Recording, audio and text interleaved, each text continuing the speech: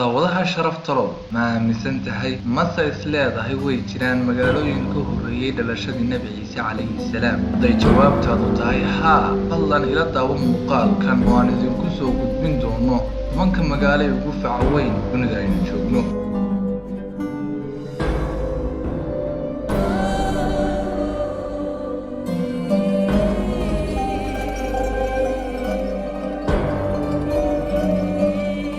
tani waa magaalada Qudus ee ku taalla waddanka Falastiin. waxaa la dhisay 2800 sano ka hor dhalashadii Nabi Ciise calayhi salaam. magaalada Qudus oo ka mid ah magaalooyinka barakeysan waxaa ku yaala masjidka Al-Aqsa oo taariikh fog u leh dadka muslimiinta ee dunidan ku nool. Dadku waxay sheegeen in magaaladan ay ka dhaceen ilaa iyo 52 duulaan oo lagu qaaday intay dhisnayd. laba marna dagaal ayaa lagu burburiyay. magaalada labaad waxaa lagu magacaabaa Tyre waxayna ku taallaa dalka Lubnaan. magaaladan waxaa la aaminsan yahay in la dhisay 2750 sano ka hor dhalashadii Nabi Ciise calayhi salaam. isla xilligaasna ayaa la degay. hay'adda UNESCO ee qaramada midoobay ayaa sheegtay in magaaladan ay mar ahaan jirtay magaalo uu dhaqaale fara badan ka soo galo dowladda Roomaanka, waxaana ay ahayd magaalo warshado leh. magaalada saddexaad ee dunida ugu faca weyn marka laga hadlayo 10 magaalo ee dunida ugu qadiimisan waa magaalada Arbil ee ku taalla dalka Ciraaq.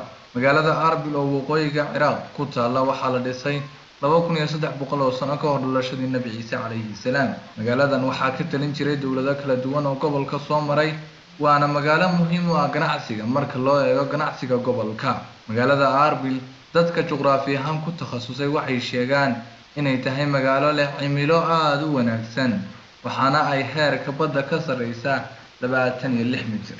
tanina waa magaalada afraad ee ugu faca weyn 10 magaalo ee ku yaala dunidan aynu joogno. waxaa lagu magacaabaa Kirkuk ee ku taalla waqooyiga dalka Ciraaq.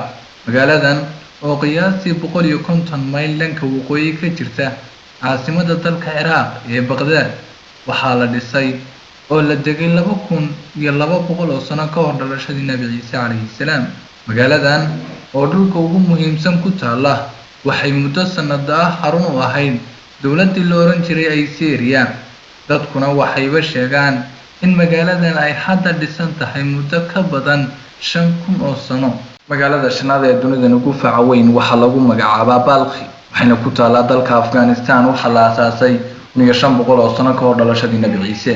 magaaladan oo ku taalla waqooyiga Afghanistan waxaa mararka qaar loogu yeeraa hooyada dhulka Carbeed, oo ay ku qaadatay inay xudun u ahayd ganacsiga dhulka Carbeed laga qaado.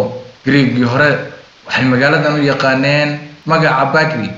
hadda waxay ka mid tahay magaalooyinka aadka loogu soo dalxiis tago, waxaana ku yaala warshado yaryar oo suufka iyo cudbiga soo saara. magaalada lixaad ee dunidan ugu faca weyn waxaa lagu magacaabaa Athens, waana caasimadda dalka Greega. magaaladan oo lagu tilmaamo halka ay ka bilaabatay ilbaxnimada reer galbeedka iyo dimuqraadiyadda waxaa la aasaasay 1400 sano ka hor dhalashadii Nabi Ciise calayhi salaam. ilaa hadda magaalada Athens waxaa laga helaa calaamado taariikhi ah oo ay ka tageen Greegii hore iyo dowladihii ka dambeeyay, waana magaalo aad loogu soo dalxiis tago.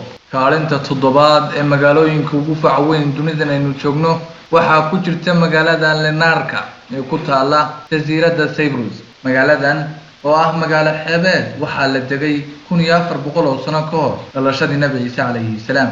waa magaalo ay ku yaalaan dhir aad u qurux badan iyo dhismayaal aad loo xardhay oo ilaa iyo hadda soo jiidanaya indhaha dadka dalxiisayaasha. magaalada sideedaad ee ugu faca weyn dunida waxaa lagu magacaabaa Thebes, waxayna ku taallaa dalka Greega. magaaladan oo la degay 1400 sano ka hor dhalashadii Nabi Ciise waxaa la sheegaa inay xudun u ahayd duulaankii dowladda Ibriisiya ku qaaday dalka Greega 480 sano ka hor dhalashadii Nabi Ciise. magaalada sagaalaad ee dunidan ugu faca weyn waxaa lagu magacaabaa Cadiz, waxayna ku taallaa dalka Spain. magaaladan waxaa la aasaasay lana degay 1200 sano ka hor dhalashadii Nabi Ciise calayhi salaam. magaaladan oo ku taalla xeebta badda Atlantika laga soo bilaabo qarnigii 18aad waxay saldhig weyn u ahayd ciidamada dalka Spain. magaalada tobnaad waxaa lagu magacaabaa Varanasi waxayna ku taalaa dalka Hindiya. magaaladan waxaa la dhisay 1000 sano ka hor dhalashadii Nabi Ciise. magaaladan oo saaran webiga Ganges, dadka qaarkiis waxay ku tilmaamaan magaaladan magaalo ka weyn dhaqanka iyo taariikhda dalka Hindiya.